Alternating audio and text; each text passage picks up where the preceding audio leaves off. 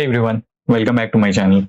So today in this video, I will explain you about some interesting and useful tags which were left out in my previous video. Although I could have explained about these tags in that tag video only, but that video might have become a giant one. And I know many of you might have got scared by seeing the length of that video only. So I decided to make a separate video for these tags. So let's get started with this one. So here we will discuss about the p tag, the pre tag, the formatting tags, and the quotation tags as well. So let's start.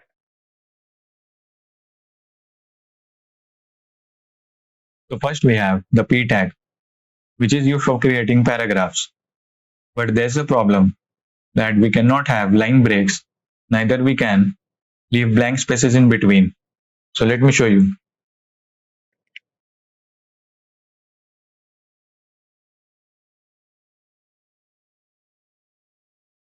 So as you can see, here we have plenty of blank spaces, and knowingly we break the lines in between. But all this text inside the p tag will appear in a single line only.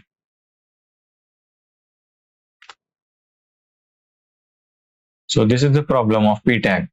So suppose if someone wants to write a poem, then he will have line breaks in between.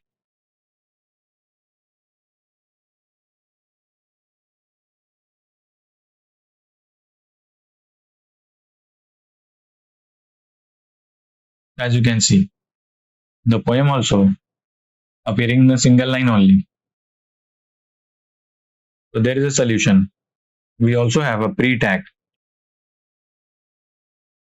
So with this we can have blank spaces in between and the line breaks as well.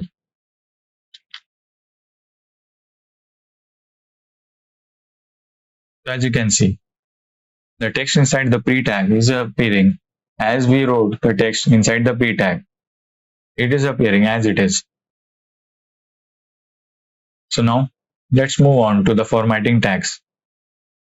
So first we have the B tag, which is used for making the text bold.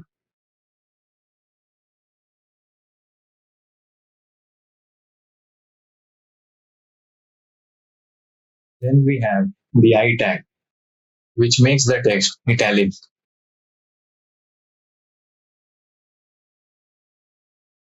There is nothing to explain about these tags as these are simple tags. So that's why I'm showing you the real-time change for these tags. Then we have a strong tag. It also makes the text bold.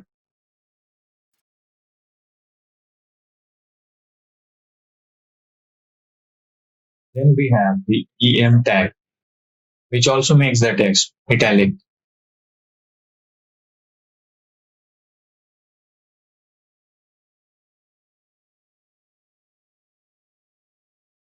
So the only difference between the strong tag and the EM tag is that whatever text we write inside these tags, it indicates that the text is important.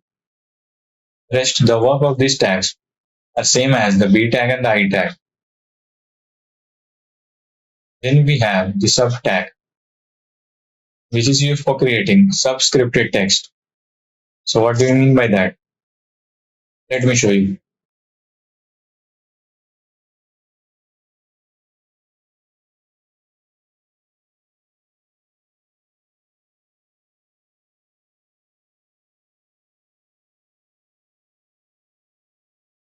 So as you can see, the subscripted text, which is this one, a kind of chemistry formula, right? Similarly, we can have the sub tag that is used for creating superscripted text.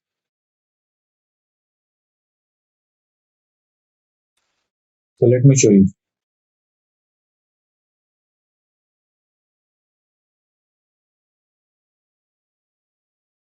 You can have, as previously we were having chemistry formulas, now we can have our maths calculations.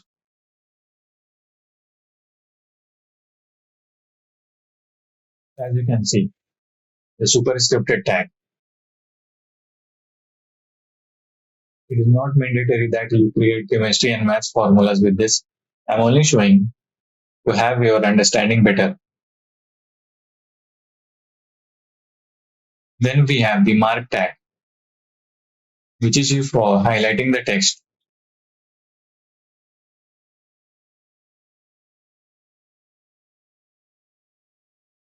You might have used highlighters to highlight the important text in your notebook.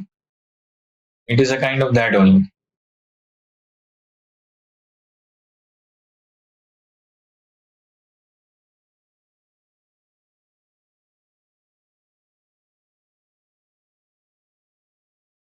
As you can see, this got highlighted.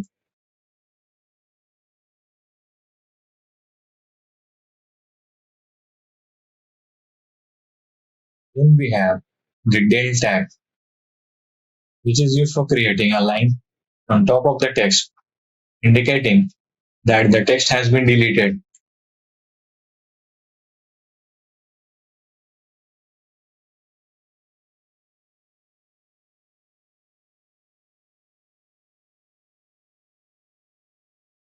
As you can see,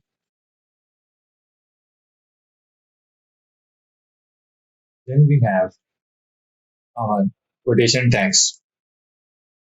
So first we have the Q tag, which is used for simply giving quotations. So let's have it with example.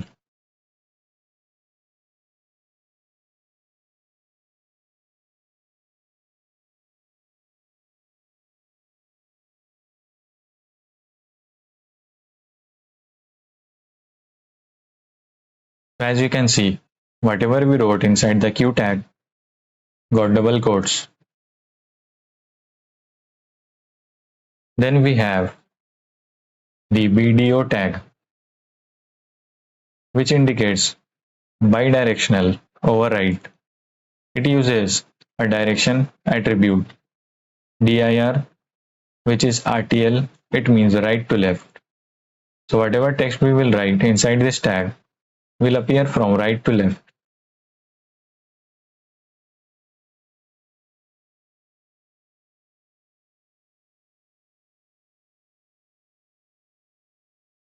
So as you can see, the text got started from right to left instead of left to right.